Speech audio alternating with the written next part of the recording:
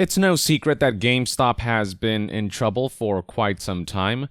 Their profits have been declining, they've been laying off people, closing down stores, and then more recently they faced a bit of a PR disaster because of the way they reacted to the ongoing international incident. Instead of closing down their stores and being hygienic and watching out for their employees, they decided that they could defy law enforcement and just keep stores open because they label themselves as essential.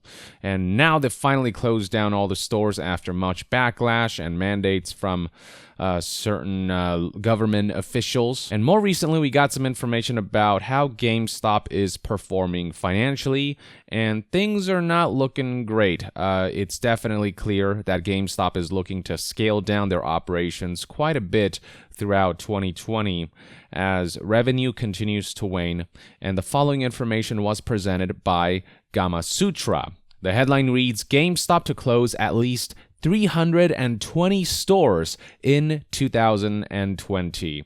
Here's the quote that they highlighted from Chief Financial Officer Jim Bell, who said in a financial briefing recently, we continue to focus on optimizing our global store fleet in fiscal 2019 and closed a net total of 321 stores, inclusive of 333 closings and 12 openings. So this is just last year's figures. In fiscal 2020, he says, we will continue in our efforts to de-densify our store base, focusing on maximizing product productivity of the entire fleet. We anticipate store closures to be equal to or more than 320 net closures we saw in fiscal 2019 on a global basis. Importantly, we want to emphasize that these store closures are a very specific and proactive part of our de-densification plan, and they are not related to recent business trends. So they're basically saying we closed down 320 or so stores in 2019. We expect that to be about the same in 2020, closed down 320 additional stores.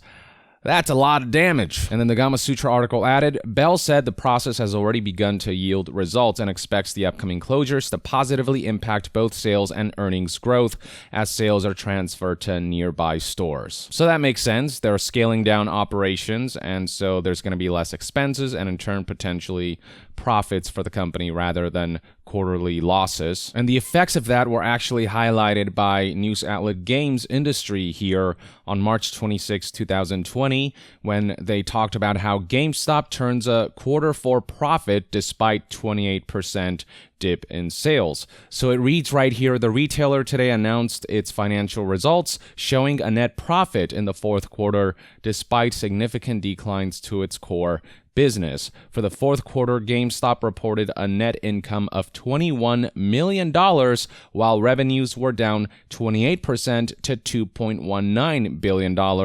Last year's fourth quarter saw losses of $187.7 million on sales of $3.06 million. Now, I believe this is supposed to say billion, so in the last year's fourth quarter, they made $3.06 billion total, but still, due to expenses, lost $187.7 million, whereas this quarter, despite having made 28% less, $2.19 billion total, because of lesser expenses and certain boosts in sales in certain areas, they managed to make a net income, a profit of $21 million, which isn't huge per se, but it's better than losing money that quarter. If you look beyond the fourth quarter and kind of zoom out to the whole year, then results are less than ideal. It reads right here, for the full fiscal year, revenues were down 22% to $6.47 billion, with a net loss of $470.9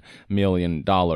Now, that is an improvement from previous year when the company reported a net loss of $673 million, but the fact remains that every year they're losing a significant amount of money, and that's why they're forced to ramp down as such, where they're closing down even more stores to mitigate expenses and to essentially adapt to ongoing trends right now with digital sales rising and with GameStop becoming a less and less popular place to purchase video games. This continued downwards trend is in large part why GameStop decided to stay open despite law enforcement recommendation, despite the protests from employees. CEO George Sherman admitted that over the past few weeks, when this whole international incident ensued, GameStop has seen an increase in store and online traffic. Obviously, people are going to be holed up at home. They want entertainment, so they'll go to GameStop stores to buy games and the like.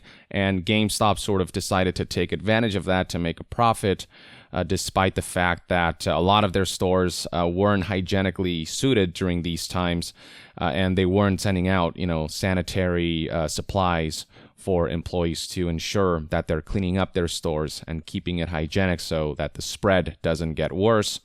And on top of that, employees were still forced to come in despite the risks and the like, and they were certainly not happy about that. I discussed all of that in previous videos. It was very much a case of squeeze as much money out of this situation as possible before we actually ramp down so that our numbers look better.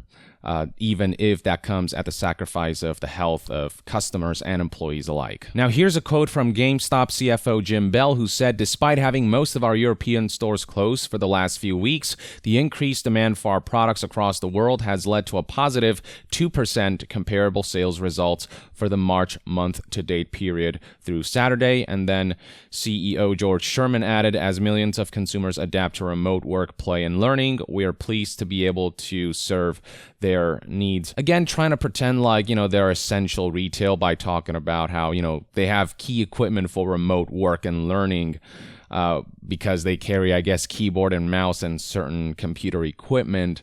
But the reality is that people go to GameStop to buy games, and that's where their main business is. That's their bread and butter.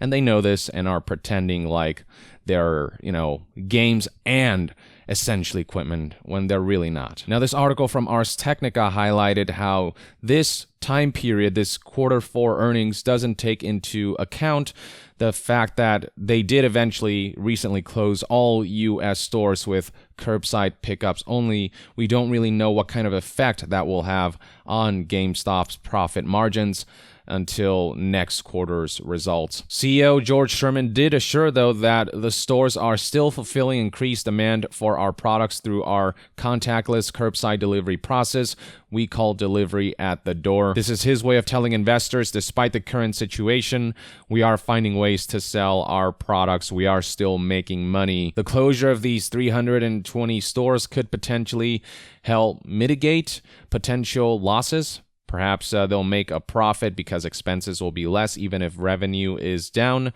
We'll see, but the fact that they continue to ramp down operations is indicative of a retailer that is dying out.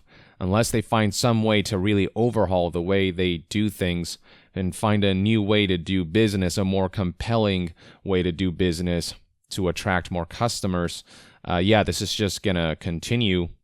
And this is all on top of the trends we have seen not just this year, but over the last few years. Back in 2017, we learned that GameStop is closing 150 stores. This was back in March 27th, 2017, almost exactly 2 years ago. We learned that back in November 2018, GameStop reported third quarter losses of $488.6 million.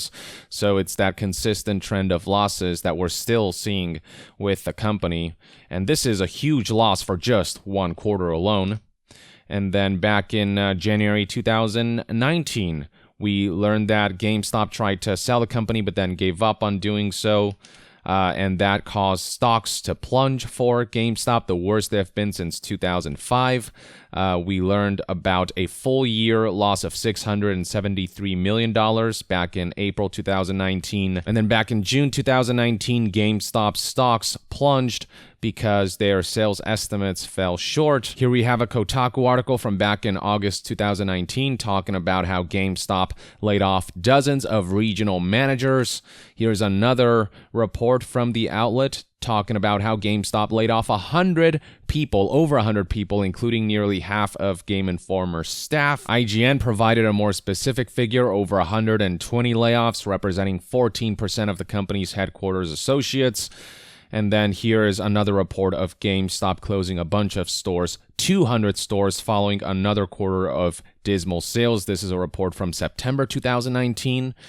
And then here is more layoffs from February 2020. GameStop lays off longtime district managers. And then finally, earlier this month, back in March 6, 2020, IGN released an article talking about some of the plans that GameStop has to overhaul their stores and to put out their different types of GameStop stores, labeled GameStop 2.0, GameStop Social, GameStop Retro, and GameStop Pop, details of which you can read right here. And they're still testing these out, and they're kind of experimenting with different concepts to see what might appeal to customers. And the overall goal is to give GameStop a more communal sense and hopefully attract people that way. Whether that works or not remains to be seen, but yeah, they're going to have to invest quite a bit. Layer that on top of the 320 stores or so that are planning to be closed in 2020, on top of the total of 321 stores that were closed throughout 2019, or rather 333 closed and 12 open for a net total of 321 stores. This is looking pretty dire for the company. This is hundreds and hundreds of stores they have closed over the last 2 years. And this is a trend that will continue until GameStop really spruces things up. And until they garner some better PR, honestly, the recent PR disaster is not going to help them one bit. People learning about the way GameStop treats their employees and how little they actually care about them, if it ultimately means better numbers for, investors and the like. And it's already been a well-known fact that GameStop treats their employees poorly, but it is especially apparent now. And customer experience has been sort of average to dismal based on what you hear from people. So yeah, GameStop just has to improve as a company, not only in the way they do business, but just the way they treat people in general, employees and customers alike. Optics surrounding a company is equally important, especially during these times when the company is struggling.